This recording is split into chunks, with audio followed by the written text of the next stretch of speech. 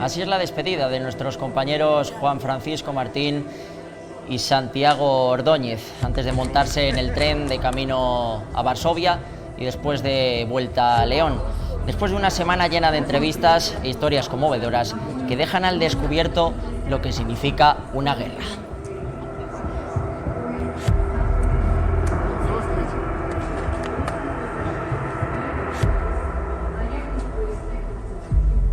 Buenas noches, bienvenidos a la octava edición de Objetivo Kiev. Nuestros compañeros ya han vuelto, ya han abandonado las tierras ucranianas y ahora mismo se encuentran en Varsovia esperando en el aeropuerto para volver a León. Les tenemos en llamada y conectamos con ellos para que nos cuenten cómo han vivido estas jornadas en Ucrania. Buenas, Juanfran, ¿qué tal? Bueno, cuéntanos. Hola. ¿Qué tal, qué sensaciones después de una semana llena de acontecimientos y de historias que habéis contado estos días en Objetivo Kiev? Bueno, pues ha acabado unas jornadas muy intensas, llenas de emociones, con un montón de cosas que contar y siendo testigos de primera persona y sobre el terreno de un drama de dimensiones históricas, ¿no? Cuando echamos la vista atrás y vemos muchos episodios de enfrentamientos y de guerras del pasado y lo vemos en clave actual, nos llevamos las manos a la cabeza. Bueno, pues hoy el mundo tiene que saber que está viviendo un acontecimiento que en el futuro nos sonrojará cuando tengamos todos los datos. Juanfran, ¿cuáles son las sensaciones de haber pasado unos días en un país en guerra como es el de Ucrania? Son sensaciones al límite, son emociones y empatías con toda la gente, ¿no? No hay nadie con quien hayamos hablado que no tenga un familiar o un amigo que o ha muerto o está desplazado o ha sido afectado de alguna manera por la guerra. Eso te da la dimensión. El 100% de la población ucraniana está afectada por algún acontecimiento de esta guerra. Juanfran, hemos visto como cada día teníais un acontecimiento diferente, pero queríamos saber ¿cuál ha sido vuestra rutina diaria? ¿Cómo os alimentabais? ¿A qué hora os recogían? Si teníais que volver a una hora exacta al hotel. Cuéntanos un poco cómo han sido vuestros días ahí en Ucrania. Pues mira, se estructuró con dos zonas horarias, ¿no? Solíamos empezar la jornada sobre las 10 de la mañana y solíamos acabarla sobre las 10, 11 de la noche. Era la zona de trabajo y luego había una zona de recuperación y de descanso que era desde las 11 de la noche hasta las 9 de la mañana más o menos. En cada uno de los dos tramos, tanto en el horario de trabajo como en el horario de descanso, comíamos una vez, más o menos donde nos iba cuadrando por las horas y un poco ese ha sido el mecanismo y el protocolo de trabajo de nuestro plan de cada día, ¿no? Y bueno, sí es verdad que tenemos que estar muy agradecidos a seis personas que han sido claves en nuestro caminar por este territorio en guerra y han sido pues personas que han cuidado de nosotros. Llevamos un equipo de seguridad, llevábamos gente que sobre el terreno pues están relacionadas políticamente y empresarialmente con toda la zona y bueno, tanto su ayuda y su capacidad para producir nuestros contenidos y ayudarnos con los contactos ha sido clave, ¿no? No podríamos venir a un país sin gente que está directamente relacionada con el país. Habéis tenido muchas historias, pero ¿cuál es la que más te ha llamado la atención? ¿Cuál es la que más te ha impactado, Juan? Es muy difícil elegir una, es muy difícil. Cada minuto era una sensación, cada minuto era una aventura, cada minuto era un testimonio. Es muy difícil. Quizá tengo una sensación que no olvidaré nunca y es el olor en un edificio que está partido en dos por un proyectil. Cuando bajamos en una zona donde era un conjunto residencial, ese edificio que visitamos, que pudimos entrar dentro de él, desprendía un olor terrorífico, un olor que jamás en mi vida había podido, puedo describir, ¿no? Era un olor tremendo. Han pasado casi 5 meses desde ese bombardeo y la verdad es que el olor me impactó. Hablando con una de las personas de allí, que es de la zona, me decía que creen que es muy posible que debajo de ese edificio toda la gente que estaba en los búnkers estén todavía allí y que no han podido sacarlos. El edificio es inaccesible, la zona esa, y no hay máquinas para quitar tanto escombro, ¿no?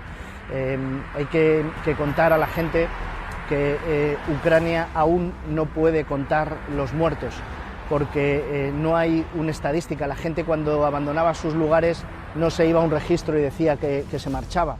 Por lo tanto, hay mucha gente en los pueblos que no han regresado, o en las ciudades que no han regresado, que nadie sabe dónde están. No saben si marcharon al extranjero, a otros países, o realmente están en algún lugar, bien sea en fosas enterrados o debajo de los restos de la cantidad de edificios que hay demolidos.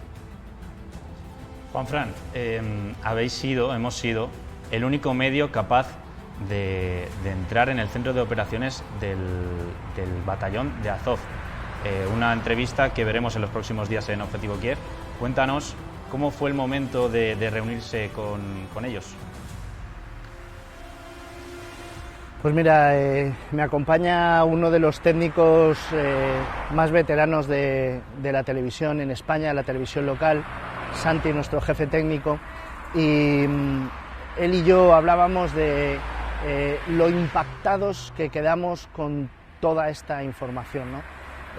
A lo largo de nuestro viaje se nos dijo que era posible, que era muy difícil, pero que era posible que uno de los responsables del regimiento Azov nos atendiera, ¿no? Quiero decir a los espectadores que esa entrevista es una de las entrevistas más solicitadas. Hay dos objetivos clarísimos de Putin, ¿no? Uno de ellos es el presidente del país, Zelensky, y otro es el regimiento o el batallón que más está complicando las operaciones a Rusia, ¿no? Y es el batallón Azov. Cuando nos dijeron que sí, que habían accedido a atendernos y a estar con nosotros, nos citaron en un parque. Y era por la tarde, estuvimos aproximadamente 1 hora esperándoles. Cuando llegó su dispositivo, el dispositivo de seguridad, con uno de los responsables, no el máximo responsable, pero sí uno de los responsables, el parque fue un escenario de guerra, lleno de vehículos militares, drones, en fin, una situación que nos impactó, que nos impresionó. Estuvimos con ellos 2 horas hablando con ellos y bueno, nos dijeron que nos llamaríamos. Pensamos que no había opciones y nos fuimos al hotel, y al día siguiente por la mañana temprano nos mandaron un mensaje y nos dieron una posición y una ubicación. Fuimos a la hora prevista, a las 12:30 de la mañana, y sobre la 1:15 de la tarde entramos en un espacio que es un espacio de película, es de película, pero con realidades, ¿no? Había militares, había elementos de seguridad increíbles, y bueno, la tensión que vivimos tanto Santi como yo, aun cuando lo recuerdo, se me ponen los pelos de punta. Vale, por último, Juanfran, habéis tenido entrevistas muy buenas, pero es evidente que la situación allí es muy complicada. ¿Habéis llegado a sentir en algún momento miedo, aunque la palabra miedo es muy relativa, claro? No, hemos tenido mucha tensión. Daos cuenta que lo hablábamos Santi y yo en el regreso. Cuando llegas la primera vez, cualquier cosa te llama la atención, porque todo es nuevo y todo es de verdad. Quizá el primer elemento donde nos dimos cuenta dónde estábamos es que una de las personas que venía con nosotros, Machín, que llevaba el coche, cuando paraba en los semáforos y el coche se detenía, abría la puerta, sacaba un pie y ponía su mano en la pistola, es decir, predispuesto a salir o predispuesto a defendernos, ¿no? Ahí empezamos a darnos cuenta de que íbamos a vivir situaciones muy, muy tensas y difíciles. Las hemos vivido, pero no hemos sentido miedo. Teníamos un grupo de gente que nos lo hacía todo fácil y, por cierto, esa gente quiere seguir viviendo, se empeña con muchísima constancia que quieren vivir, que quieren tener una vida normal, y a nosotros hacían muchísimos esfuerzos por mostrarnos una vida que también quieren. Íbamos a algún restaurante, nos enseñaban Kiev de manera turística, en fin, tiene un mérito que yo invito a la gente a que reflexione, ¿no?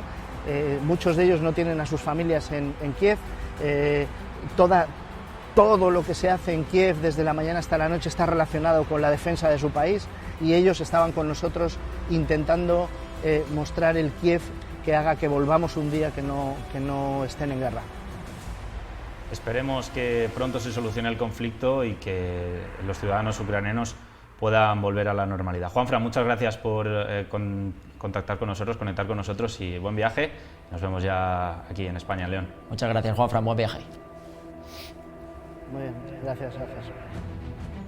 Hasta aquí el programa de hoy de Objetivo Kiev, pero recordamos que durante toda esta semana vamos a seguir teniendo, por lo menos el jueves y el viernes, contenido de la expedición de la 8 León que ha viajado hasta Ucrania, y veremos esa entrevista con el batallón de Azov. Muchas gracias, les esperamos y buenas noches.